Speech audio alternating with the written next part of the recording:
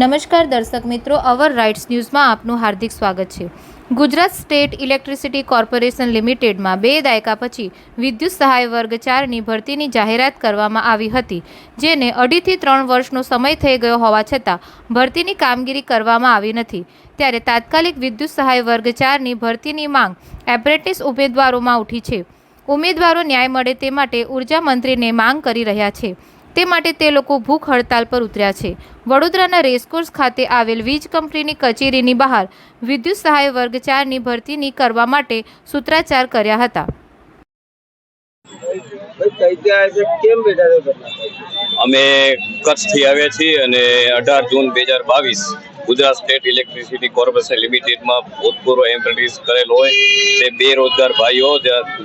ગુજરાત સરકાર દ્વારા 18 જૂન 2022માં જાહેરાત પાડવામાં આવેલી હતી કે ભૂતપૂર્વ એપ્રેન્ટિસની ભરતી કરવામાં 800 વિદ્યુત સહાયક હેલ્પરની ભરતી કરવાની વર્ષ 2022 ને 23માં ખાલી 15 જગ્યા ભરવા માટે એ લોકોએ ડોક્યુમેન્ટ વેરિફિકેશન કરવામાં આવેલા હતા, જે દરેક પાવર સ્ટેશન આઈચાર વિભાગમાં ડોક્યુમેન્ટ ચકાસણી પણ થઈ ગયેલી છે અને ત્યારબાદ 3 વર્ષ જેવો સમય થઈ ગયો છે, પણ ત્યારથી કોઈ પણ ભરતી પ્રક્રિયા પૂરી કરવામાં આવેલ નથી અને અહીંથી દૂરથી બધા પાવર સ્ટેશનના ભૂતપૂર્વ એપ્રેન્ટિસો આજે ભૂખ હડતાલ પર જોડાયેલા છે અને આજ સાંજ સુધી અમને જો ન્યાય મળે તો અમે આ ભૂખ હડતાલ ચાલુ રાખશું અને કન્ટિન્યુ જ્યાં સુધી લેખિતમાં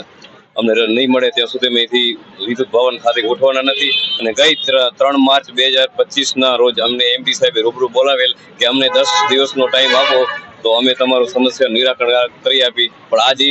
ભરતીના એમડી સાહેબને મળ્યા ને 30 દિવસ જેવો સમય થઈ ગયો છે, પણ હજી સુધી કોઈ ભરતી પ્રક્રિયા કરવામાં આવેલ નથી। તો અમારી એટલી જ નમ્ર વિનંતી છે કે આ ગુજરાત સરકારને કે અમારે જે ભૂતપૂર્વ એપ્રેન્ટિસની હેલ્પરમાં ખાલી જગ્યા 800 છે તાત્કાલિક ભરવામાં આવે અને હાલ જે તે વધીને 1200 જગ્યા ખાલી પડેલી છે અને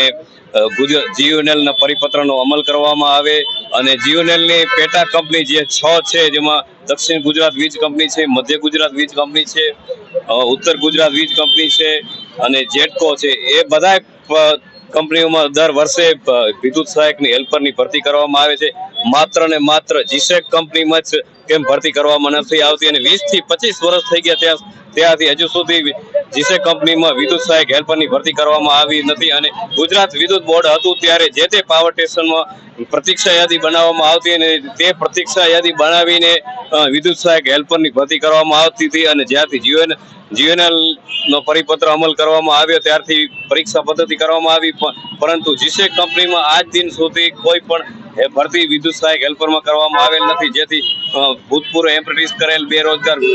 તાલીમાર્થીઓને બેરોજગાર બની ગયા છે અને એમને યોગ્ય ન્યાય મળે અને આઉટસોર્સિંગ બંધ કરવામાં આવે અને તાત્કાલિક ધોરણે આ ભરતી પ્રક્રિયા પૂર્ણ થાય એવી અમારી નમ્ર અપીલ છે। જય હિન્દ। શું નામ છે તમારું? પરમાર નરેન્દ્ર।